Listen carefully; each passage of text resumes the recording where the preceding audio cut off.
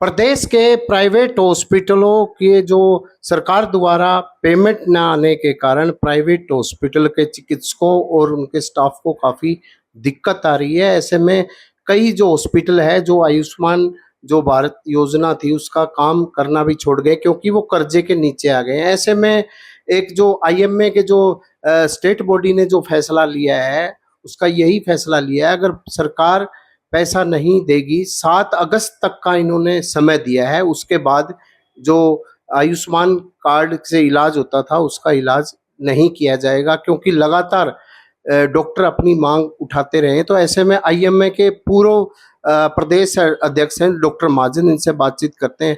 Doctor साहब, ये बताएं कि जो अब ये फैसला लिया है, वो क्या फैसला लिया है? इससे पहले आप किन-किन से पहले गुहार लगा चुके?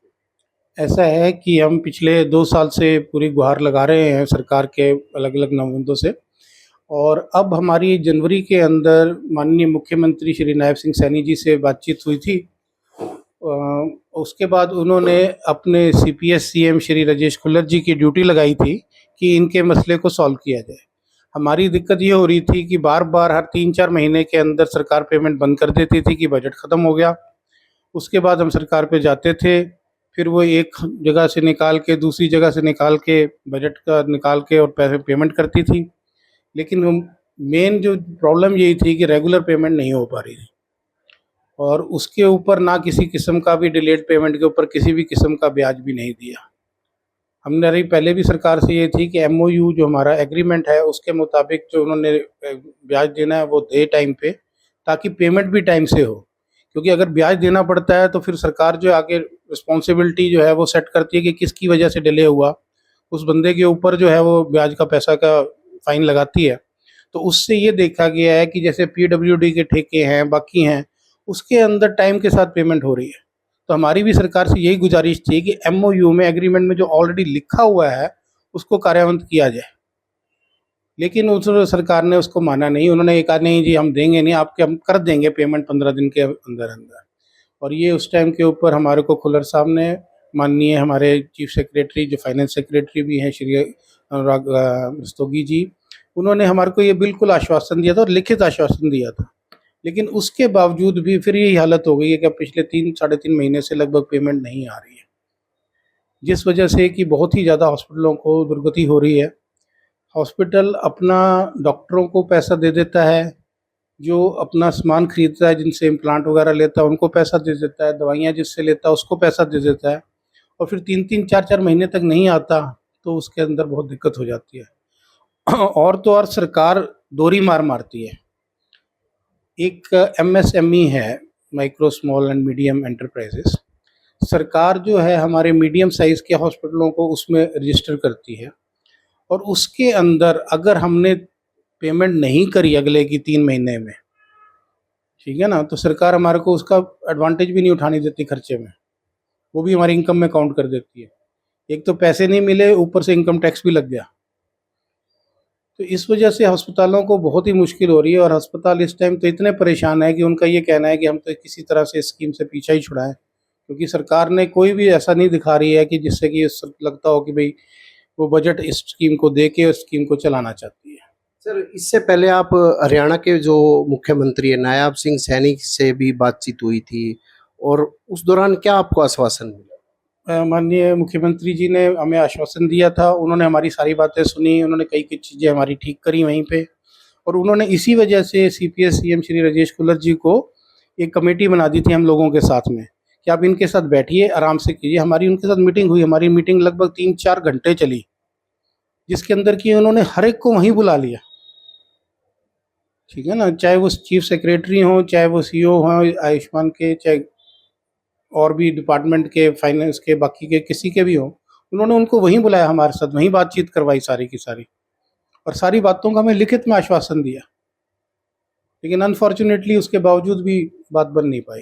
तो जैसे अब आरती राव है आपके जो मंत्री है, तो आपका एसोसिएशन ये का शिष्टमंडल आरती राव से मिला है या नहीं? क्या उनसे भी हम पहले मिले थे, और उनका भी ये मानना था कि दिक्कत हो रही है, ठीक कराएंगे। आश्वासनों में कोई कमी नहीं है, आश्वासन सारे दे रहे हैं, मतलब कार्यान्वित होंगे तो बात बनेगी। तो अभी आप लोगों की एसोसिएशन ने क्या फैसला लिया? अब यही फैसला लिया है सरकार को, हमने 10-12 दिन का टाइम इसीलिए दिया कि भाई अगर सरकार कुछ कर सकती है तो कर ले। सरकार ने कहा तो सही कि हमने अप्रूव कर दिया है बजट, जो कि पिछले इनके डिपार्टमेंट के हिसाब से कम 1.5 महीने से फाइनेंस डिपार्टमेंट के अंदर लंबित पड़ा हुआ था। उन्होंने कहा कि हमने अप्रूव कर दिया है, और अभी 5 दिन हो चुके हैं, उसके बावजूद भी अभी तक आया तो नहीं है डिपार्टमेंट के पास में। डिपार्टमेंट के पास जब आएगा फिर बांटेगा। तो डॉक्टर साहब, जैसे आप जो फैसला ले रहे हैं, ऐसे में तो फिर गरीब लोगों को भी दिक्कत होगी। हाँ जी, अब क्या कर सकते हैं, अपनी जेब से हम कब तक सरकार की स्कीम को चला सकते हैं। सरकार को अपनी स्कीम चलाने के लिए तो अपना ही पैसा इस्तेमाल करना पड़ेगा ना। वो किसका है? वो उन गरीबों का ही पैसा है। वो भी सरकार को टैक्स दे दे के ही वो पैसा सरकार के पास इकट्ठा होता है, और कहाँ से आता है सरकार के पास। और जैसे अब पैसा ना मिलने से जो डॉक्टरों की किस तरह की हालात है, क्योंकि कुछ ऐसा भी कहा जा रहा है कि अब कई लोग डॉक्टर छोड़ भी रहे हैं हाँ इसको। बिल्कुल बिल्कुल, पिछले 6 महीने में बहुत सारे ऐसे हॉस्पिटल हैं जिन्होंने ये स्कीम को छोड़ दिया, क्योंकि बार बार जब उधारी इकट्ठी हो जाती थी 4-4 6-6 महीने के लिए, तो हॉस्पिटल्स को तो अपने स्टाफ को भी पैसा देना है। सैलरी अगला तो नहीं मानेगा कि भाई 6 महीने बाद जब आएंगे पैसे तब दूंगा, वो अपना घर कैसे चलाएगा। इसी प्रकार से मैं आपको बता रहा हूँ ना कि 3 महीने के अंदर अंदर अगर हम पेमेंट नहीं करेंगे, जिससे हमने कि इम्प्लांट लिए हैं, जिससे दवाइयाँ ली हैं, जिससे बाकी औजार लिए हैं, तो हम उसको अपने खर्चे में भी नहीं शो कर सकते। तो इसलिए उनके ऊपर डबल मार पड़ती थी, इसलिए वो अपनी तरफ से पैसे उनको देने पड़ते थे। उधारी दे रखी आगे से, वो नहीं आ रही थी। तो एक तरफ से पूर्व मुख्यमंत्री भूपेंद्र हुड्डा का भी यही बयान आया है कि ऐसे में जो एक इलाज नहीं होगा तो सरकार उन उन गरीबों के साथ नाइंसाफी कर रही है। वहीं आरती राव का भी यही कहना है कि डॉक्टरों की जो मांग है जल्दी पूरी की जाए। हाँ जी, बिल्कुल ऐसा है कि ये स्कीम बहुत ही अच्छी स्कीम है, जिसे कि सेंट्रल गवर्नमेंट ने चलाया था। हमारा ये मानना है कि हरियाणा सरकार ने इसको इतना बढ़ा लिया कि वो उनसे संभली नहीं। जब तक कि सरकार का, बल्कि जो ओरिजिनल पीएमजेवाई या प्रधानमंत्री जन आरोग्य योजना थी, उसमें 60% सेंट्रल गवर्नमेंट देती है, और जब तक सिर्फ वो चलता रहा तब तक तो बहुत अच्छा चलता रहा। चिरायु के बाद ही ये दिक्कत आई है। तो आप सरकार से क्या अपील करें? सरकार से हमारी हाथ जोड़ के यही विनती है कि हॉस्पिटलों की सुने, मरीजों की सुने, गरीबों की सुने, और बजट अपना जो है इसके लिए, इस स्कीम के लिए निकालें। अगर आपने 2000 करोड़ 2500 करोड़ देना है, ठीक है ना, और आपने अपनी जेब के अंदर रखा ही सिर्फ 700 करोड़ है, तो आपकी कोई मंशा ही नहीं है उस स्कीम को चलाने की। अगर आपकी मंशा होती तो आप दूसरी तरफ से काट के डालते। अगर आपकी मंशा ही नहीं है, इसीलिए आप स्कीम में से निकाल रहे हैं प्लान ताकि करके, बाकी कोई बात नहीं।